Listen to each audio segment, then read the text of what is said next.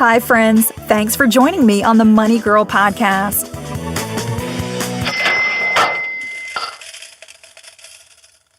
I'm Laura Adams, the author of the award-winning book, Money Girls: Smart Moves to Grow Rich. One of the biggest challenges in personal finance can be managing money with your spouse or partner. If you don't agree on money basics, like budgeting, spending, and saving, that can cause serious problems in your relationship. But don't worry, if you're fighting about money or don't think you can ever see eye to eye, there are ways to settle your differences. I interviewed Bethany and Scott Palmer, the authors of First Comes Love, Then Comes Money, to learn more about specific techniques that couples can use to improve their financial lives. At the end of the show, I'll tell you where to go to listen to my entire interview with these money and relationship experts. In this podcast, I'm going to give you 5 tips for managing money that can dramatically improve your relationship. Tip number 1, know your money personality. Understanding your money personality is the key to ending conflicts about finances in your relationship for good. Your money personality is the distinct way that you think about and handle money. See if you recognize yourself in one of the following 5 money personalities. The saver likes to pinch pennies, hates parting with money, and thinks everything is overpriced. This type likes to research purchases and rarely spends impulsively.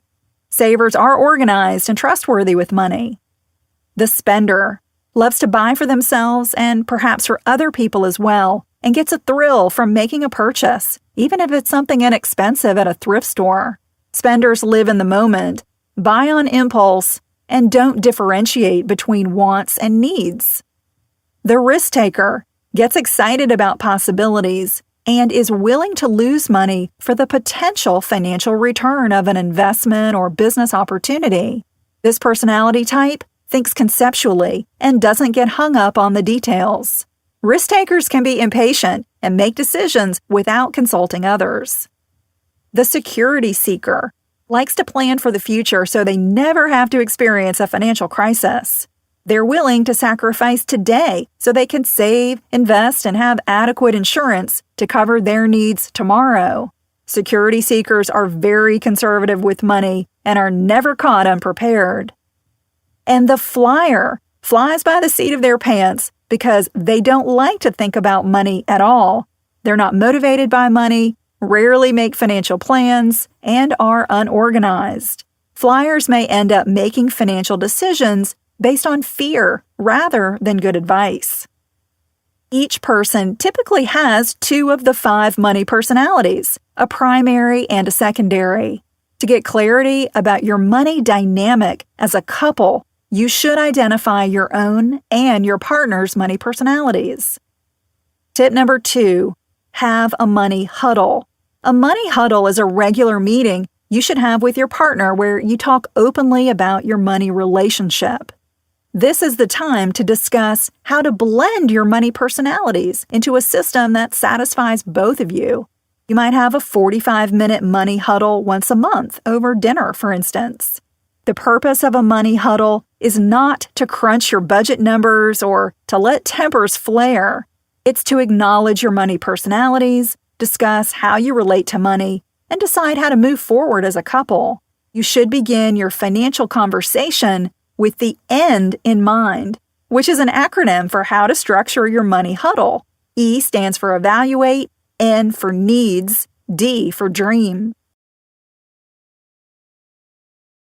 Tip number 3, evaluate your financial situation. You should spend the first 15 minutes of your money huddle evaluating your debt and savings. Quickly review each of the debts you have, such as credit cards, mortgages, and auto loans. Know the balance due on each debt and the interest rate you're paying. Next, review how much you have in savings and investments, like retirement accounts, brokerage accounts, and bank accounts. Remember, this is just an overview, so don't let it consume your entire discussion. Tip number 4, discuss your money needs. The next 15 minutes of your money huddle should be spent discussing one of your most pressing money needs. You might want to save for a vacation, increase contributions to a retirement account, purchase life insurance, or buy a new toy. Listen to what your partner has to say and set a date for when you could research both of your items, take action, and meet your money needs. Tip number 5, remember your dreams. Take the last part of your money huddle to remember the dreams you and your partner had earlier in your relationship. Think about what you really want your future to look like. Do you want to buy a home, have a cushy retirement account, move, start a business? Whatever it is, starting a dialogue about it is the first step to making it happen. So here's what we've covered. Number 1, know your money personality.